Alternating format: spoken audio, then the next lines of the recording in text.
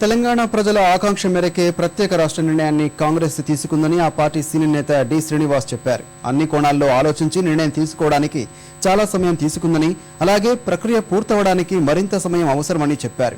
నిర్ణయం వెనక్కి తీసుకుంటారని అనుకోవడం లేదన్న డిఎస్ అలాంటి అభిప్రాయాలు, ఊహాగానాలు కొట్టిపారేశారు. ప్రజలు సెలవు ప్రకటిస్తారన్న ముఖ్యమంత్రి వ్యాఖ్యలపై మాట్లాడేందుకు డిఎస్ నిరాకరించారు. బయట జరుగుతున్న పరిణామాలు, బయట జరుగుతున్న మాటలు వీటన్నిటితోని కేంద్ర ప్రభుత్వం కానీ కాంగ్రెస్ హైకమాండ్ కానీ ఒక నిర్ణయం తీసుకున్నారు. ఆ నిర్ణయాన్ని బట్టి ముందుకు పోతారన్న విశ్వాసం అందరికీ ఉంది. ఆ రకంగానే జరుగుతుంది.